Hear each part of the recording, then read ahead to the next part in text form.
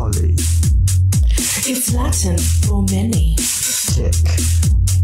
Now suck your blood. Now suck Politics. We will launch a new age. Launch a new age. Yes, he will. I forgot to bring the exact article that we wanted to do here. Why don't we do the Politico article? Oh, you're talking about the Mar-a-Lago one? Yeah. Okay, so you don't want to do the... No, this is the affidavit. We should do the affidavit first. Oh, I thought you wanted to do a second. All right, well, there we go. The political one here is titled Trump Mar-a-Lago Affidavit Reveals Handwritten Notes, Highly Classified Material Led to Warrant Request. Mm-hmm. So yes, they have released... The affidavit is out. The redacted affidavit is out, right. Prosecutors... Oh, why does it start weird? Prosecutors... Well, I guess we got to read this sub-headline. Records the FBI obtained from Trump's Florida home in advance of the August 8 search bore indications they contained human source intelligence. Prosecutors also added in another court filing unsealed Friday that the ongoing criminal probe into government records stashed at Trump's Florida home has involved, quote, a significant number of civilian witnesses, end quote, whose safety could be jeopardized if their identities were revealed. The court filings unsealed Friday also revealed that the magistrate judge who issued the warrant for the search of Trump's residence received legal arguments from Trump's attorney before doing so. Those arguments came in the form of a 3-page May 25th letter from Trump lawyer Evan Corcoran. Boring. Corcoran. Yeah. Okay. In the letter, real quick. Yeah. I just dumped my article down there at the bottom of the list. Let's do a little bit. Yeah, it's a Breitbart one. Let's just go to it because okay, yeah, let's do it. So it talks about the affidavit. The affidavit has been released. It's unsealed by the federal judge Friday afternoon. That's today. The affidavit, signed by a special agent with the FBI, contends that after reviewing 15 boxes of material that Trump handed over voluntarily to the government, the DOJ determined that classified information had not been stored properly and that there might be more of it at Mar-a-Lago. We know this.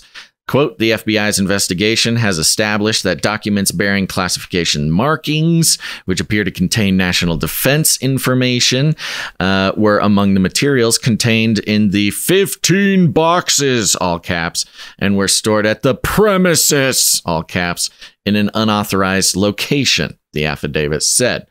Quote, further, there is probable cause to believe that additional documents that contain classified national defense information or that are presidential records subject, blah, blah, blah, blah. We get the point. Excuse me. Okay, yeah. I'm going to keep going. Sorry. There is also probable cause to believe that evidence of obstruction will be found at the premises. One of the government's concerns was that material in the boxes was poorly organized. Oh no, is poorly organized. And this is funny because this next section here, one of the defenses of Trump having these boxes was that moving out of the White House, they were just so unorganized that these boxes were like accidentally grabbed. Whether that's true or not, I don't know. But that was one of the things that they said in defense of why they even had the boxes. You also had ex-Trump White House aides saying, yeah, the guy's a weird pack rat, man. He saves everything. He puts it in his own special little box. It could be like an important document. It could also be like a doodle. He doodled on a napkin. It could also be a magazine he found in the bathroom. But he just like keeps everything and he puts it in these boxes and it's maddening. This came out about a week or two ago. And this is straight from the affidavit. Preliminary review of the 15 boxes indicated that they contained newspapers, magazines, printed news articles, photos, miscellaneous printouts, notes, presidential correspondence, personal and post-presidential records, so some not even from his presidency, and, quote, a lot of classified records. Most significant concern was that highly classified records were unfolded, intermixed with other records, and otherwise improperly identified. And they put a SIC in there, the SIC in brackets there, which is to recognize that something was misspelled. So in the affidavit, just as a fun detail, in the affidavit, they use the word improperly, which is improper. It's the improper word. The word is improper, not improperly. The agent did not personally know that there was defense-related information in the documents with alleged classification marking, but said that, quote, based on my training and experience, I know that documents classified at these levels typically contain NDI. Curiously, the agent cited a Breitbart news article in which former White House national security official Kash Patel said that Trump had declassified the documents.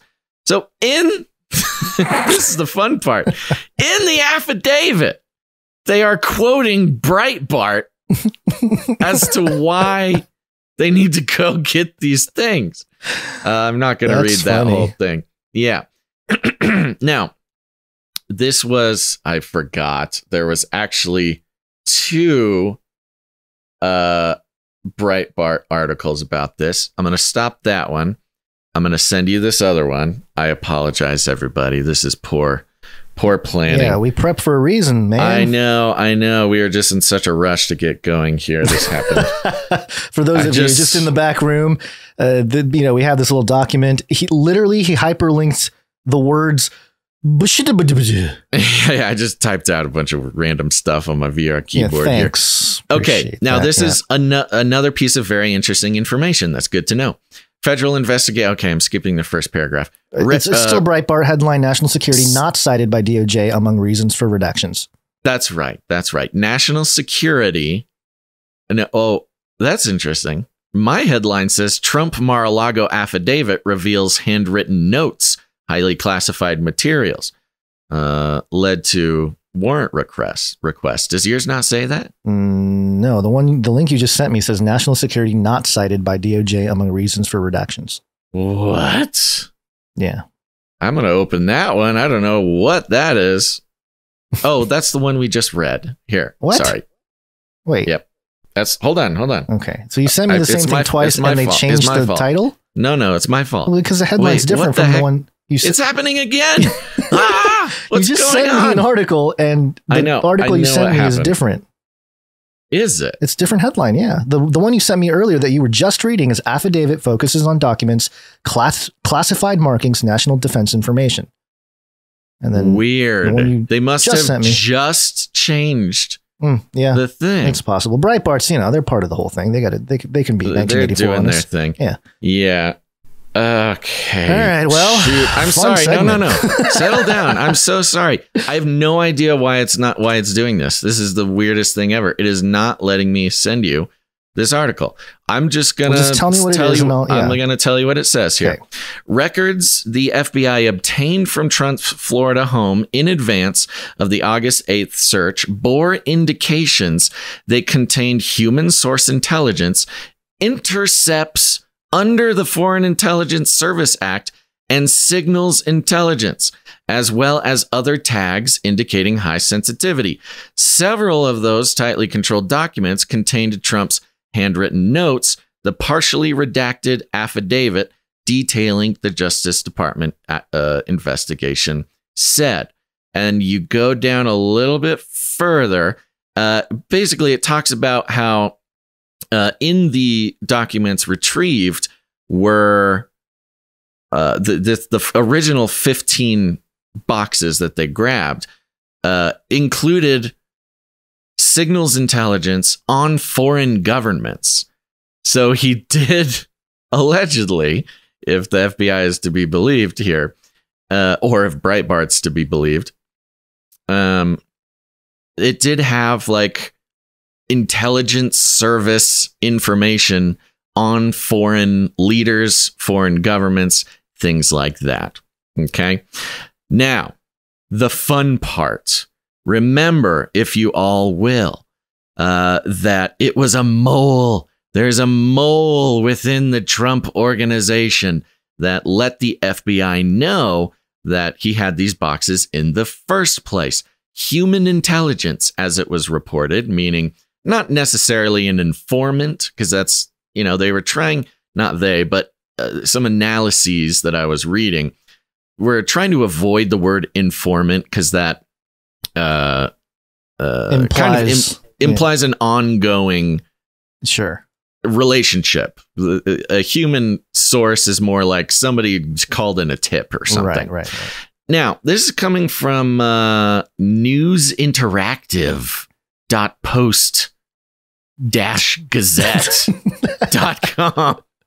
Which I'm not exactly sure what this is, but it was trending. Oh, Post-Gazette. Pittsburgh Post-Gazette is what it is. Okay. But it's a real blast, and I'm happy to bring it to the show. It's a kind of a longer expose on this woman.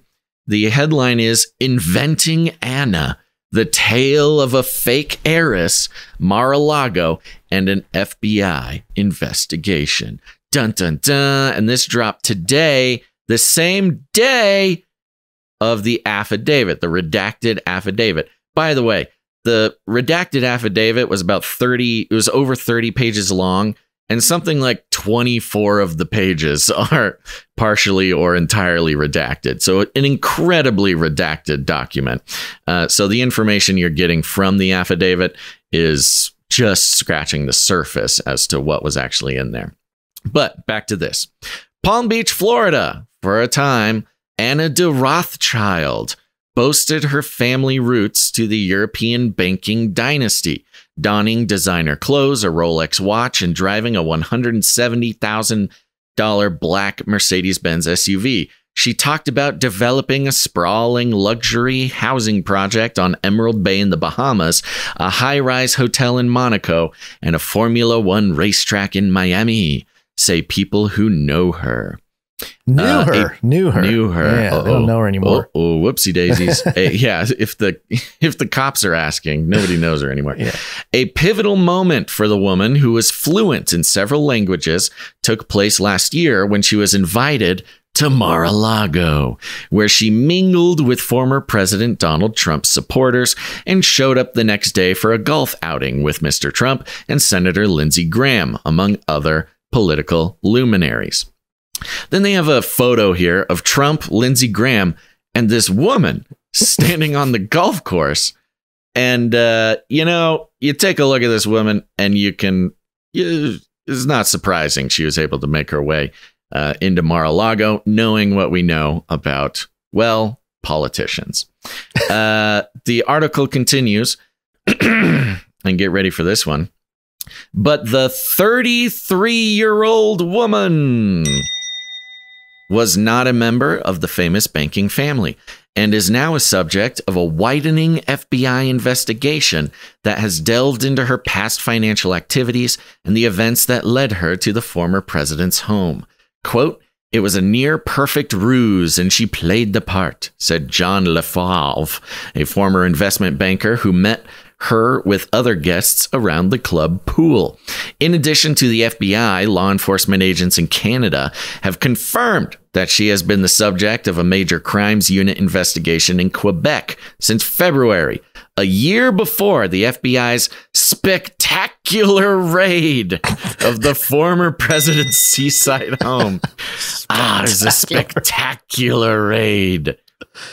The woman, whose real name is Ina Yashishin, a Russian-speaking immigrant from Ukraine, made several trips into the estate, posing as a member of the famous family while making inroads with some of the former president's key supporters. Hold on, though. What is going on with our intelligence operations, just in general, where a woman that just said, "Oh yeah, I'm a Rothschild. Check me out in my SUV, my Benz SUV," or whatever. It just kind of works her way up the ladder into, it doesn't add up to me, but continue. Well, see, this is the thing, is that it's not so much, I don't think this has happened while he was president. I think it was after. They don't do a great job of giving dates on this thing, which is, but it's recent that she's being investigated. Mm-hmm. But now a couple things to mention. She's an immigrant from Ukraine, is what's being stated here, which is notable. Yeah. Okay. Russian-speaking immigrant from Ukraine. Now, this has been a hard thing for Americans to fully grok, and I'm still not so sure about it. But when you say Russian-speaking immigrant from Ukraine, what they're really saying is Russian. Yeah, because they're from Yeah. the occupying areas. Is the suggestion? So that's the suggestion. Yeah. So for us in the U.S., you hear Russian-speaking immigrant from Ukraine. You just think like, okay, she speaks Russian. I don't get it. A lot of people speak Russian. I could go learn Russian if I wanted to, but I'm too busy doing a podcast. Okay. What does it mean that somebody who speaks Russian? Well, in Ukraine, at least what the media has led us to believe is that, it's much more of a sign of allegiance to Russia to speak Russian in Ukraine. So if you're a Russian speaker or a Russian speaking Ukrainian, what they're really trying to say about you is you have allegiance to Putin, even though you're geographically in Ukraine. Right. Okay. So calling this woman a Russian speaking immigrant from Ukraine is like aligning her with the Ukrainian treasonous Russian speakers who want Putin to take over Ukraine. It's just a very subtle but very specific way to describe her. And I'm not going to read much more, but you'll get the idea. Now, this is the weird part. She's a Russian-speaking immigrant from Ukraine. The article then continues, the ability of Miss Yashishin, the daughter of an Illinois truck driver. Makes perfect sense. Makes perfect sense. Obama. This is an Obama move. I was gonna say, I was trying to look for like why that is so weird. The only thing I could think of is Obama. So she's the daughter of an Illinois truck driver, but she's a Russian speaking resident of Ukraine. Wow, this is the most it is the most complicated, like what's the word? I don't know. Dilute. It's so diluted, I guess, the facts on this woman. To bypass the security at Mr. Trump's club demonstrates the ease with which someone with a fake identity and shadowy background can get into a facility that's one of America's power centers and the epicenter of Republican Party politics. I think this article is giving it away a little bit. Having a fake identity doesn't necessarily get you in anywhere. You have to have a shadowy background. You see, you gotta have the green light from some shadowy people. Exactly. Yeah. And they really give it away right here. The article, I'm almost done here. The article continues. Those issues have become even more critical, being how easy it was for her to get into Mar-a-Lago. Those issues have become even more critical after FBI agents seized boxes of classified and top secret materials 2 weeks ago from Mar-a-Lago after executing a search warrant on Mr. Trump's home. An extravagant raid. Her entry, multiple trips in and out of the club grounds, lays bare the vulnerabilities of a facility that serves as both the former president's residence and a private club, and highlights the gaps in security that can take place. Quote, "That's his residence," said Ed Martin, a former U.S. Treasury special agent who spent more than 2 decades in criminal intelligence. She wouldn't have been in there. No, she shouldn't have been in there. She shouldn't have been in there. Yeah. She's a Rothschild, Ed. Get over it. You know what guards say to Rothschilds? It's just, they just fall over and let them walk in. And it goes on and on and on. An extremely thorough investigation of this woman and how she got into Mar-a-Lago. But really, the implication is, hey, whether or not Trump was allowed to have those documents, we had some sort of Ukrainian Russian spy just waltzing in, pretending to be a Rothschild. And so whether or not he was allowed to have the documents, this Russian spy could have come in and taken the documents. So it's a political move. Right, it's a political move. Yeah. Could have either taken the documents, or was she there to to make a deal or something, you know, because remember the statements, right, from Michael Cohen. Michael Cohen was saying, "Oh yeah, Trump is going to take those documents and use them for leverage and sell them to Russia, and that's what's going to happen." Just he loves the attention, you know.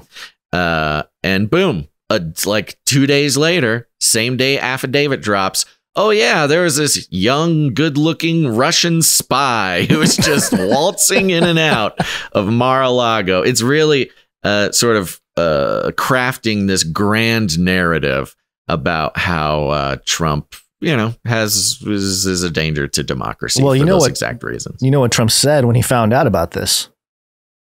What did he say, Gons? Goodbye, everybody. And that's the end. And everyone says, oh, that was fun. Bye. I'm out of here. Bye.